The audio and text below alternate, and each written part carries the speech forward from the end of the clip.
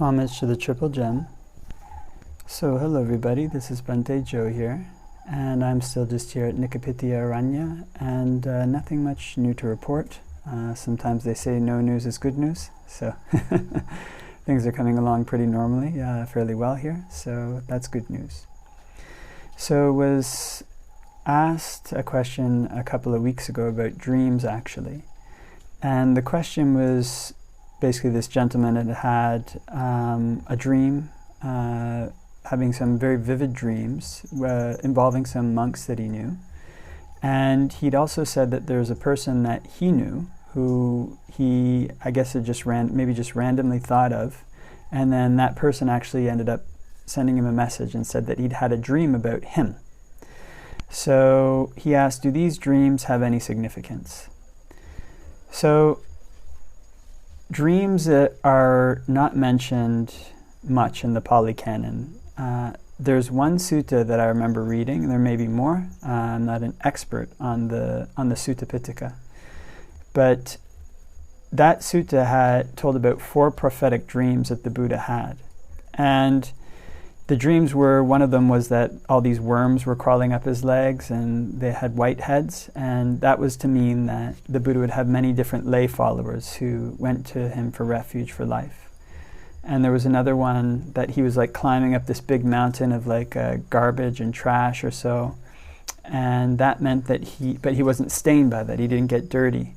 And that meant that he would receive a lot of gains, offerings, and fame, but that the gains, offerings, and fame, he wouldn't become corrupted by the gains, offerings, and fame. So there were 2 more as well. So the canon does mention that the Buddha had these prophetic dreams. But for the most part, dreams are actually not emphasized that much in the canon, and they're not emphasized in general in meditation teachings, in meditation circles. However, that doesn't mean that they're irrelevant. So there's basically, you can divide meditators up into many different categories. One of the ways that meditators sometimes get divided is into people who generally tend to feel, when they meditate, they feel their body. They have perceptions, etc., regarding their body. And so they might feel their body getting bigger, they might feel hot or cold in their body, but their mind is always interpreting things through the lens of their body, more or less, it seems. And another type of person, they tend to have like signs, visions, they'll have like images pop up into their head. They're kind of a bit more visual people. So one of the ways these things might map is that the people who tend to feel things in their body more, those might be people who tend to be a little bit more investigative, and a little bit more like, intellectual isn't the right word, but inclined towards wisdom, inclined towards investigating as a means of going forward in the Dhamma. And it's a general inclination in the way that they live their life. Again, it doesn't really map necessarily onto what we would call like intelligence. I mean, you can have very intelligent people who incline towards concentration, and people who are like not gifted academically who incline towards wisdom. So it's more about like the inclination of the mind in terms of the way that a person navigates the world. So the people who get signs and visions more, these might map better onto people who tend to think less, and they incline towards states of calm or concentration. So they don't like to investigate in their meditation. They incline towards these states of calm. And so they tend to get visions in their meditation, either about internal things, maybe, or many times those visions might be external. So dreams would fall under this category of like external signs and visions, and they can also be internal, but they're kind of like a sign, like under the category of signs and visions. And they happen to people even if they're not like particularly inclined in that direction. But people who are inclined in that direction, they might have these things happen to them more frequently, more intensely. So they can have a significance, but interpreting that significance has to be done carefully and in line with the Dhamma. So you can break them up into a few different categories or more, but one way that you could break them up is there can be these dreams that tend to tell people things about themselves. So remember when I was a young man, I used to like to debate a lot, like get into these like arguments and debates about politics, about science, about anything kind of that was debatable. I was usually up for getting in there and debating it. It's kind of this like fiery character, kind of a little bit like controversy, and would always be gravitating towards these like controversial topics to investigate them. And I remember those days, it was just normal for me to have dreams that would be like somewhat violent, or have some kind of like usually some kind of altercation in them. Could be there's often like physical violence or physical danger involved in my dreams, and I didn't really make a connection to it at the time. I mean, it wasn't like I woke up in cold sweats or afraid. It was just like a normal part of sleeping, and it was just normal. Kind of had this kind of dream about whatever, and that's fine. And that's probably a reflection of the way that I was living my life at that time. So you can get these insights. One can, through the through the topics that come up in their dreams, get an insight into what they're actually thinking, like what's their mind going through during the day. And kind of it can be something like pretty mundane. You're worried about something at work, and then that comes up in your dream, or you're worried about something to do with your family, and that issue comes up in your dream. So those dreams, properly used, those signs properly used, can be good pointers to how we're living our life, and so how we can make adjustments in line with the Dhamma. Actually, when one starts to meditate more, to put forth more effort in meditation and try to make the mind more peaceful, more and more one can have sleep that is almost like dreamless. Or if there are dreams, it's just like it's quite a deep sleep, and so there's no memory of the dream. It's not like it's not compared to the depths of sleep before one was meditating. It's not like necessarily like a memory of the dream. It's kind of maybe just like vague images. So you can imagine like the consciousness of dreams is similar to like waking consciousness. There can be different levels. Like the level that's closer to waking consciousness, you can have quite a lot of images, quite a lot of agitation, and not very good rest. And the deeper you go, the more subtle the signs might be. But your rest can get better. It can just be like black. Your dreams can just be like black to you when you wake up. So you're generally fine, and becoming a more peaceful way to sleep. So this can be a sign of how we're living our life. Are our dreams caught up in worries and fears, or are they becoming more subtle, more peaceful? And if they are caught up in worries and fears, and or even violence or whatever it might be, what's that telling us about how we're living our life and how we can make a change to make our life more peaceful? There's this quote from Hamlet, I think, and he's contemplating committing suicide, and that's where that famous line comes in. I don't know if they still teach it in high school, but there's this line like, to be or not to be, and he'd be like holding a skull, to be or not to be, like thinking, should I commit suicide? And one of the lines that he says in that famous poem is, in this sleep of death, what dreams may come. And actually, the way that we fall asleep, the way that we dream, that can be a good metaphor for death. The way that we live our life impacts the quality of our dreams in general, but what we do right before we fall asleep also impacts it. And that can be a good metaphor for actually dying. So, and the way that we wake up, it can be a good metaphor for being reborn, because the mind can go through similar processes in these things. So you can get a microcosm of what your karma is looking like, what your what a person's death might be like, what their sleep in their sleep of death, what dreams might come to them, and how might they wake up. So of course those things don't necessarily map 100%, but they can be a metaphor that's worth paying attention to. So that can be a sign in a person's dreams that's worthwhile to pay attention to, that is significant and shouldn't just be dismissed out of hand. Another type of dream that people can sometimes have is this dream where they dream about another person and get this dream or this intuition where another person appears, and they might get an intuition like, I should contact this person, or this person's in danger, or whatever else it might be. So that's not a dream on the level of like people with like explicit psychic powers. This is probably just like something normal that's probably happened to many different people over the course of their lifetime. But in Western culture, at least when I was growing up, talking about those things is really discouraged. And if you talked about that kind of stuff too much, if you're one of the the unfortunate people who had the gift and the curse to have these things happening too much, you might get put on medication, or you might be sent off to a hospital if you're not careful about what you talk about. So these things have probably happened to people with a lot of frequency, or it's probably a reasonably common experience, not on the level of like some explicit psychic powers, but can be worth paying attention to. These kind of dreams that come up when it's another person that you care about, that's important to you, and they show up in your dream.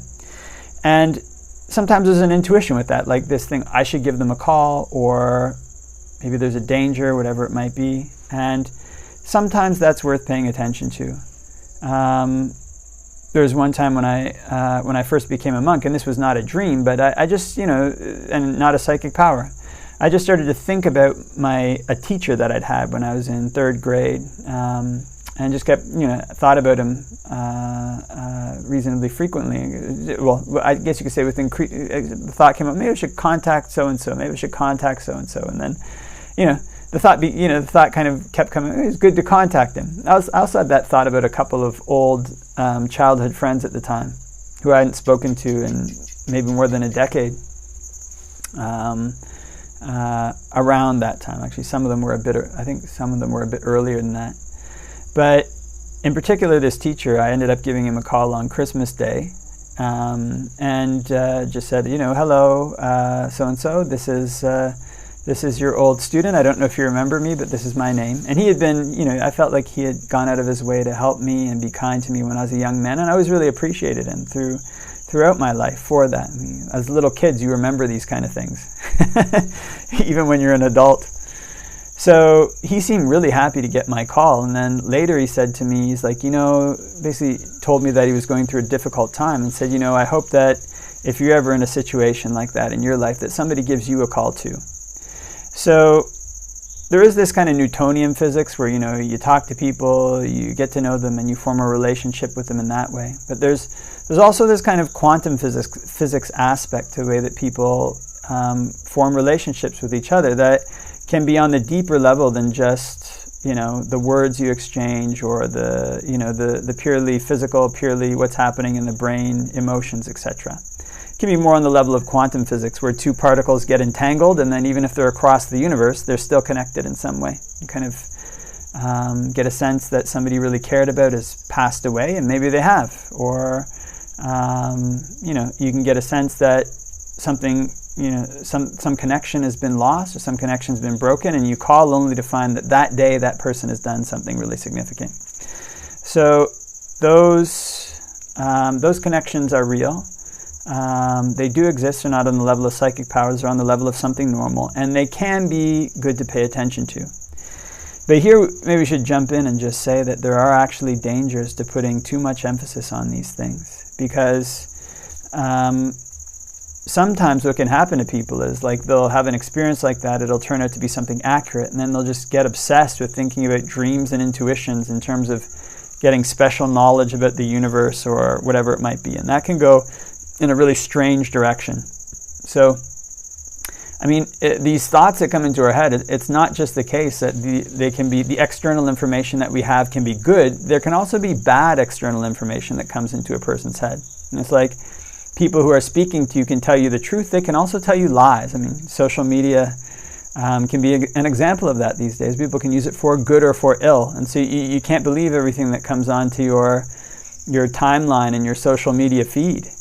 Just because it comes on there, it's a neat technology. Doesn't mean that it's good to pay attention to.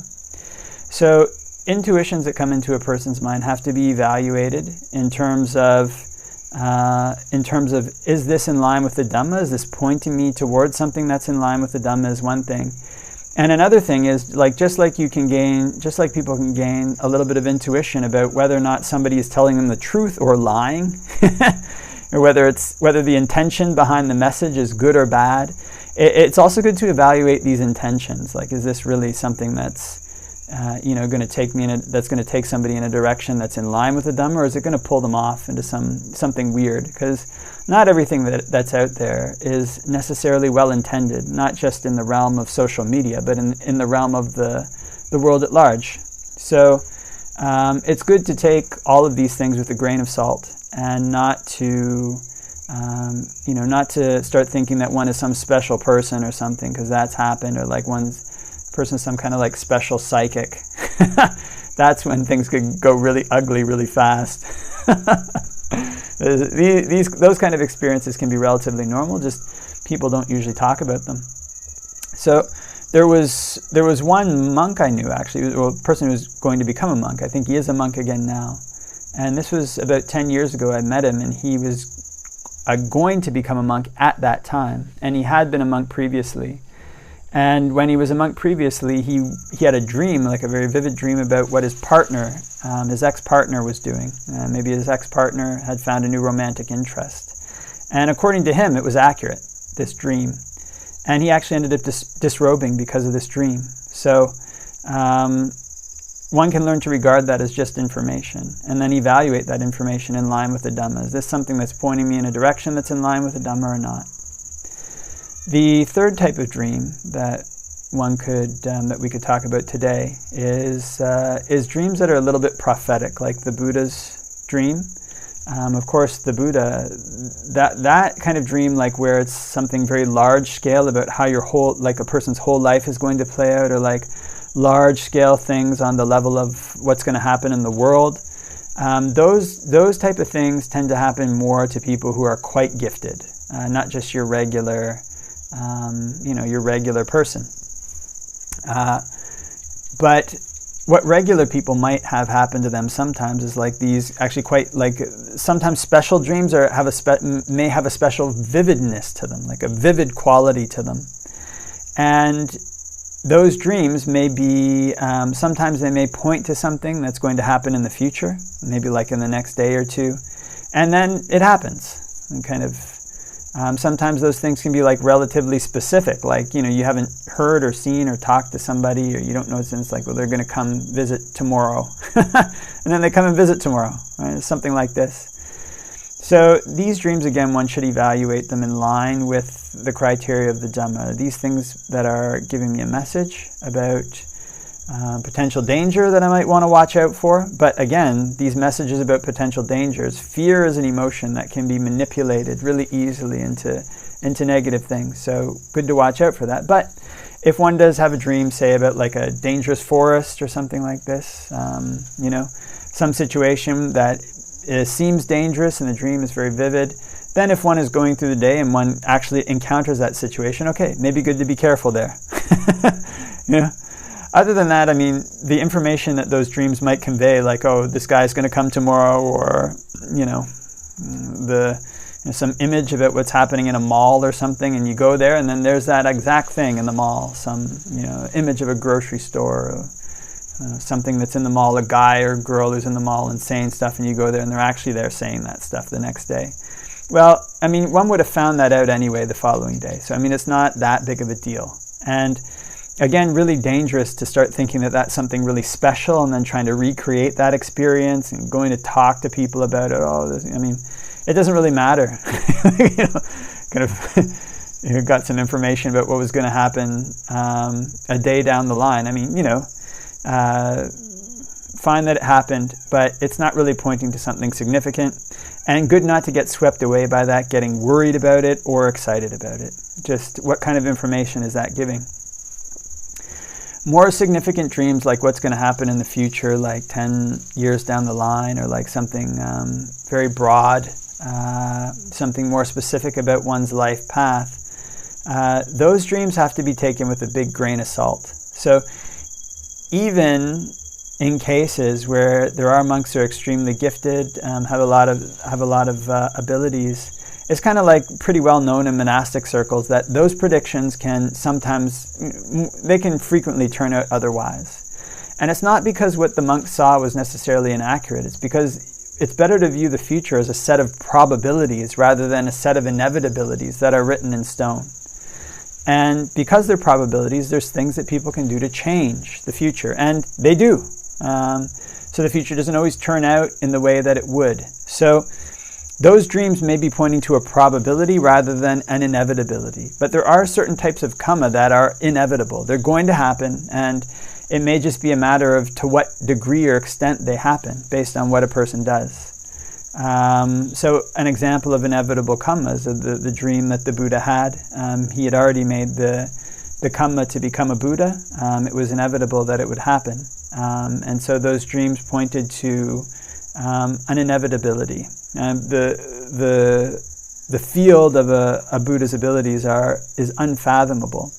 But we can say with reasonable accuracy, reasonable certainty that those things were inevitable. His dreams were an inevitability. The karma had been irrevocably set in motion that those things would happen. But quite often that's not the case. So one wants to take these dreams like that about the future with a grain of salt. So if one does have these things, these experiences happen to one infrequently, perhaps for most people, a few times, 4 or 5 times in their life, maybe more, not a big deal. We can just learn to evaluate that in terms of what's going on in the mind, what's going on in terms of the Dhamma. What is this pointing me towards? I mean, what's this showing me about my character and the actions that I'm taking right now? That's where the real valuable information is. If it's pointing towards a danger or towards something like a feeling I should give this person a call just to see how they are, I mean, it might be worthwhile to do that. And again, one can learn to evaluate these instincts. Is this giving me good or bad information, false or true information? Because you might have a connection with somebody, and that connection through whatever means of quantum physics exist, the physics that hasn't been totally worked out, getting an instinct that you should call somebody. Maybe they need your help. Maybe they're in a difficult situation and you have the opportunity to give them a hand in the same way they've given you a hand. It might even be beings that you can't see that are kind of, giving you a little poke and telling you, hey, this person needs your help, you should give them a call. So those things can be significant to the people who need the help and also significant to the person who gives it. It's really wonderful to be able to do a good deed. And these are things that, again, are in line with the Dhamma. And again, the evaluation is always, is this in line with the Dhamma? But to be careful that one doesn't get swept away by that. If it happens once or like twice, once in a lifetime or something like this, it's not a big deal. I mean, it doesn't mean that somebody's some sort of special psychic and that one should go seeking those experiences out. So this is the reason, by and large, that dreams are not emphasized hugely in Buddhist practice, because they're not really something that is that significant in terms of pointing towards the defilements that are in one's own mind. I mean, okay, we've got the Buddhist teachings, don't get into arguments. You're going through arguments and you have violent dreams. That can be a sign of what your life is going to be like, or what your mind's inclining towards in the sleep of death when whatever dreams come. But we already have the Buddhist teachings. I mean, don't engage in harsh speech. Don't go and get into arguments with people unnecessarily. He's very clear about that. So we have the teachings there, and we can follow those. These external things that happen, these external signs, those are confirmations. Those are additional information, additional fleshing out, you could say, of the categories and teachings that the Buddha gives in the Dhamma, and they should be used in that direction. So long as dreams help us to set our feet more firmly on the path of Dhamma, help to develop in wholesome qualities, help to undermine unwholesome ones, then they're significant. They're significant in that way. And these are real things that happen to real people. So it's good to be able to interpret them in ways that bolster one's practice and to avoid attaching onto them in ways that might drag one's practice down. So that, just like anything one encounters, they become a source of support in the Dhamma and a way to set one's feet more firmly on the path to Nibbana.